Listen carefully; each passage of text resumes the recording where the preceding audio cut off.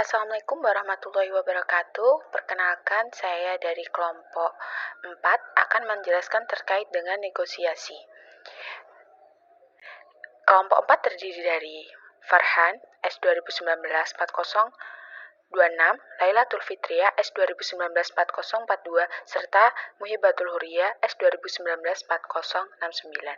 Poin-poin yang akan dibahas dalam presentasi kali ini yakni terkait 1.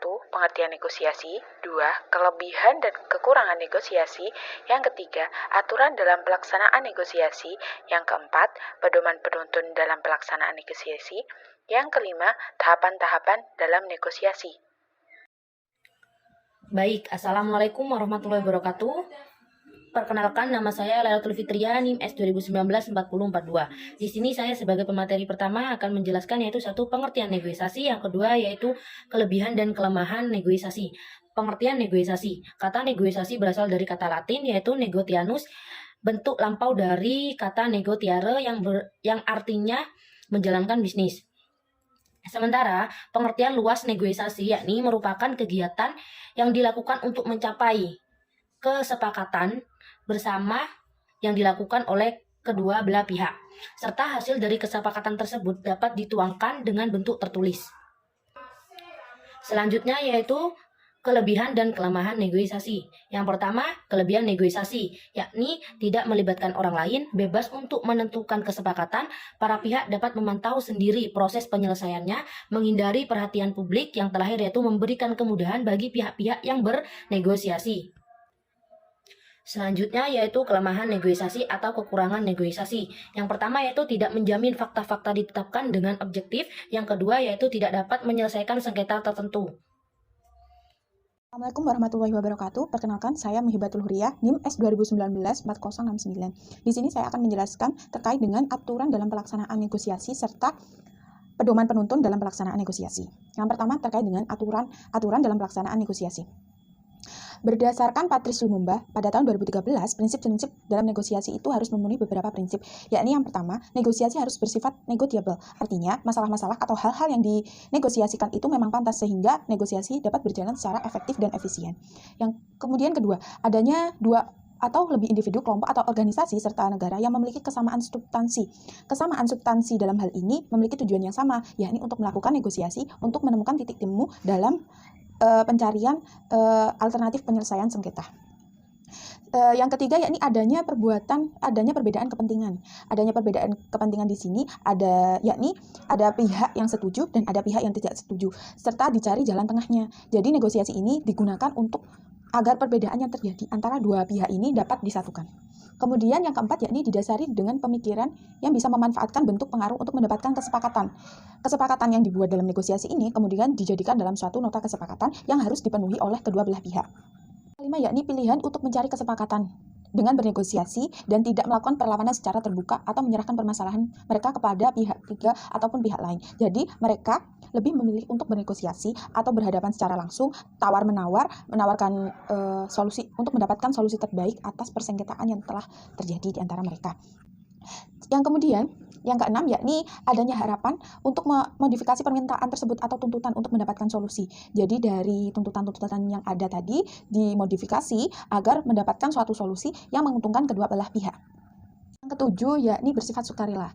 Artinya untuk kebutuhan dan kepentingan masing-masing, bukan dengan melalui perantara atau pihak ketiga. Yang kedelapan yakni untuk mendapatkan satu atau lebih tujuan dengan mengidentifikasi kepentingan bersama, jadi disatukan agar mendapatkan solusi yang terbaik antara kedua belah pihak. Yang kesembilan yakni proses berlanjut, artinya bukan secara langsung selesai namun merupakan proses yang panjang karena melibatkan kedua belah pihak tanpa adanya campur tangan pihak lain. Yang ke-10 yakni penggunaan pihak ketiga apabila tidak saling menemukan solusi ataupun kesepakatan. Ya, itulah beberapa aturan dalam pelaksanaan negosiasi. Yang kemudian selanjutnya yakni terkait dengan pedoman penuntun dalam pelaksanaan negosiasi. Dalam negosiasi harus memiliki struktur yang jelas agar memudahkan pengaturan jalannya negosiasi. Kemudian struktur tersebut harus bisa menentukan strategi yang akan diambil dalam negosiasi. Terus kemudian setelah struktur tersebut jelas, kemudian sumber kekuasaan dalam negosiasi adalah kontrol terhadap proses. Jadi setiap proses yang terjadi dalam negosiasi harus dikontrol oleh negosiator atau orang yang menjadi pemimpin dalam negosiasi. Kemudian negosiasi diarahkan dengan cara memperkuat relasi dan pengaruh dalam dalam semua tahap negosiasi. Kemudian negosiator adalah pembelajar. Pembelajar di sini maksudnya mempelajari semua baik dari pihak yang pertama maupun pihak yang kedua ataupun pihak-pihak lain agar mendapatkan titik temu dari dalam kesepakatan yang disepakati. Jadi untuk mendapatkan suatu kesepakatan kita harus memperhatikan, mempelajari, memahami keadaan baik itu dari pihak yang satu maupun pihak yang lainnya agar titik temu cepat terselesaikan. Yang terakhir yakni negosiator adalah pemimpin. Jadi sebagai pemimpin harus memberikan contoh yang baik karena tingkat kepemimpinan tersebut akan berpengaruh terhadap kepercayaan serta hasil dari keputusan yang dibuat oleh masing-masing pihak. Sekian dari saya, terima kasih. Wassalamualaikum warahmatullahi wabarakatuh. Saya akan menjelaskan tentang tahapan-tahapan dalam negosiasi. Secara umum, tahapan dalam pelaksanaan negosiasi meliputi tahap-tahap sebagai berikut. 1. Perencanaan. Tahapan perencanaan seorang negosiator harus membuat perencanaan yang matang dan akan berusaha melakukan hal-hal sebagai berikut.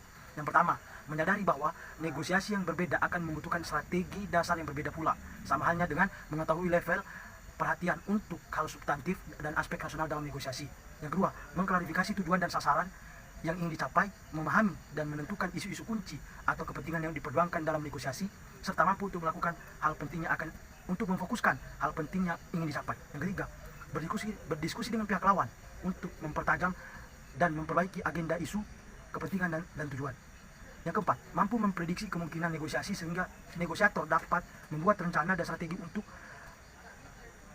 mencapai tujuan dan sasaran dengan batasan yang jelas. Yang kelima, memahami pihak lain. Misalnya, bagaimana kepribadiannya, sejarahnya, dan gaya negosiasinya agar dapat menentukan strategi yang tepat untuk bernegosiasi. Yang keenam, mengembangkan argumen kunci yang mendukung dan informasi untuk membuat penyajian persuasif untuk mencapai sasaran. 2. Memulai proses negosiasi. Memulai negosiasi dan menyampaikan apa yang menjadi keinginan atau tuntutan kita, walaupun begitu, bukan berarti to the point pada masalah, tetapi yang diperhatikan dalam proses penyajian tujuan kita tersebut yaitu, yang pertama, tunggu saat yang tepat bagi kedua pihak untuk memulai pembicaraan pada materi pokok negosiasi. Yang kedua, sampaikan pokok-pokok keinginan atau tuntutan para pihak secara jelas, singkat, dan penuh percaya diri. Tekankan bahwa kita atau negosiasi berkeinginan untuk mencapai suatu kesepakatan dengan mereka. Yang ketiga, sediakan ruang untuk manuver atau tawar-menawar. Dalam negosiasi, jangan membuat hanya dua pilihan, ya atau tidak. Sampaikan bahwa jika mereka memberi Anda ini dan akan memberi mereka itu, sehingga mereka mengerti dengan jelas apa yang harus mereka berikan sebagai kompensasi dari apa yang akan kita berikan. 3. Zona tawar-menawar, the bargaining zone. Dalam proses ini, dari negosiasi yaitu proses tawar-menawar, kita perlu mengetahui apa itu the bargaining zone, TBS. TBS adalah suatu wilayah, ruang yang dibatasi oleh harga patokan batas keinginan kita. 4. Membangun kesepakatan. Babak terakhir dalam proses negosiasi adalah membangun kesepakatan dan menutup negosiasi. Ketika tercapai kesepakatan, biasanya kedua pihak melakukan jabat tangan sebagai tanda bahwa kesepakatan deal or agreement telah dicapai dan kedua pihak memiliki komitmen untuk melaksanakannya. Sekian, terima kasih. Saya akhiri.